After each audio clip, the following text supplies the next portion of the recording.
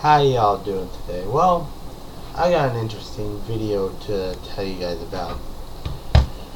Yesterday, I ran across a post where a girl or guy, somebody posted, but Uncle Sam's Misguided Children on Facebook reposted it. It's a receipt with the last four digits of a card number. Person's card is scratched out. Payment method is S. This is, we do not tip white people, privileged, sorry.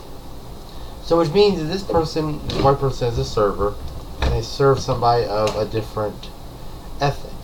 White, black, black, Hispanic, or even might be a white person, believes in their own culture.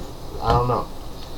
But a person I have a lot of dialogue with, in my view, she leans heavy left. And I love talking to her because she makes some points, but they're way left, in my opinion. They don't, you don't look at the whole thing. She responds, I said I would ban somebody that did this to my servers if I owned a restaurant. I would ban them. And make sure they never could eat there again. I'd ask any other restaurant to do the same thing to these people because these servers work for below minimum wage. They live off their tips, people. So your so-called white privilege is out the damn window. But there's also proofs of racism towards white people. And so she's viciously attacking it today. She asked me, because she's involved with this community, would you ban religious people who don't tip LGBTQ servers, or how about people who don't tip at all? People that don't tip at all, no, I would not ban. However, I did say that I would ban somebody that refused to tip because of a different in political view, or different in sexual view, a different in race, or different in religion. That I would ban you from coming to my restaurant if I own a restaurant. Yes. If you refuse to tip the people I have serving you if I own a restaurant, under those situations, yes. If you refuse to tip because of bad service or you don't have the money, that's one thing. But to do it on a political ground like this, you be gone. I don't want that around my service. I don't want that negativity around my employees if I own the business. So, anyways, we have a long drawn out argument. It gets off subject into my punctuation because when I'm talking into my phone, I don't try to hold the punctuation. I'm using voice text. I'm not going to stop there and say period, question mark. It's social media, people. Come on. If I'm writing a full report on social media, like typing it out, yes, I will put the punctuation. I'm taking my time. I'm not doing it at the spur of the moment. So that's the big thing. But anyways, she gets into it, and then so I posted on my news feed. I said, so really, I got two questions today. I mean, because she's like, well, it could be fake. Someone could have wrote this on their copy and posted it as a joke or this and that. I said, okay, where is your proof it's fake? She don't provide none. I am actually thinking if the pictures have been put up on the screen, I added them in, I screenshotted them. But the point is that, she, later today, she posted, just because you see something online doesn't mean it's real. Well, no, duh, it may not be real. I ask people, though, when they tell me, oh, that's fake, okay, well, this source is saying this happened, can you please provide a counter source?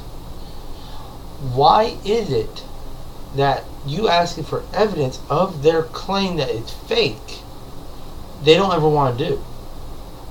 Is this what the left's tactics are? I mean, think about it. If you say, for instance, that I'm racist, you're basing it off that flag. Although I disagree with you, because that flag has been linked to some racist stuff through some idiots that don't stick to all of its values, yes, you have a right to that opinion. It doesn't mean it's a true opinion, but you have that right to that opinion. But I ask those who are actually human in the mind to get to know me and see how I treat you, how I act. Because me, personally, I don't care if you're white, black, Hispanic. Respect is earned. If you come at me predatory because of that flag, I'm going to come back at you predatory. You get what you sow. You sow what you reap, as they used to say. And so, that's the thing. But she just... I just can't believe what she posted. And also, another subject I want to talk about today is we have manatees dying now here in Southwest Florida due to the so-called red tide.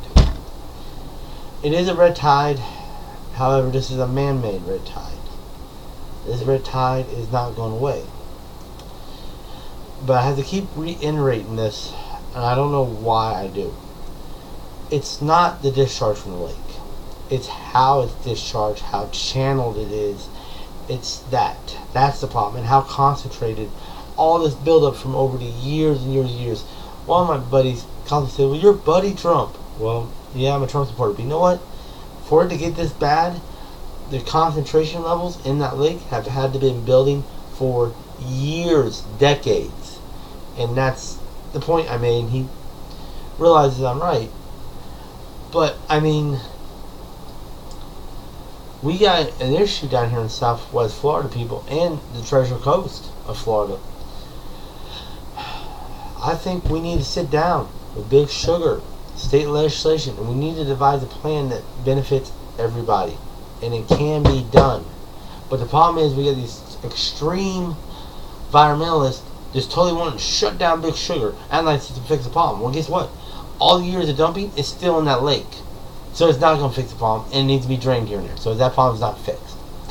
You are not addressing how to fix the issue long term.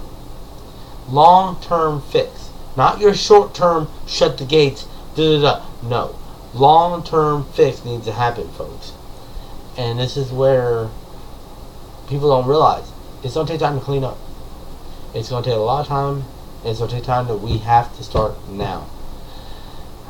I call really a meeting here in Fort Myers. Hopefully we can get something scheduled. I'm going to start trying to call Rich Scott's office and say, look, I'm not against Big Sugar, I'm not against you, but we need to do this in a way that neither side's going to like.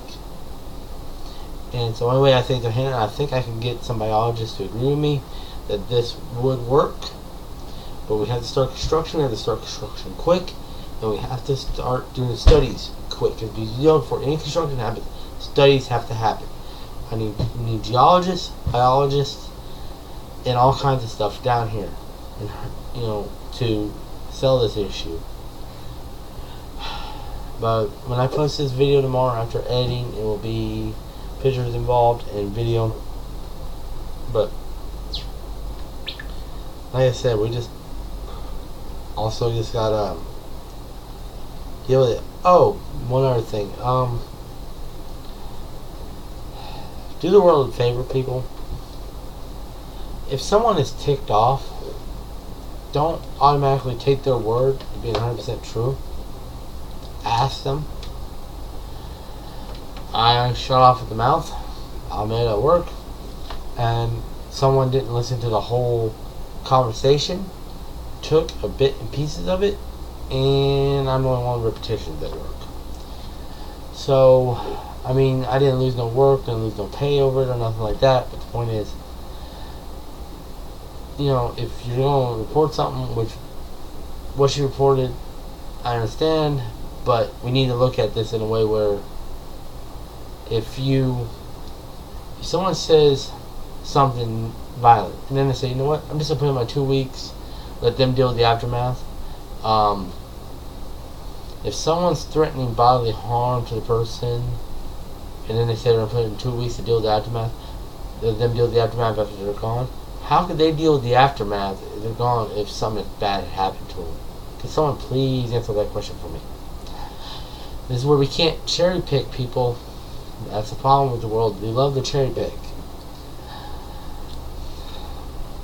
There's also a big thing up lately about the 3D printed guns.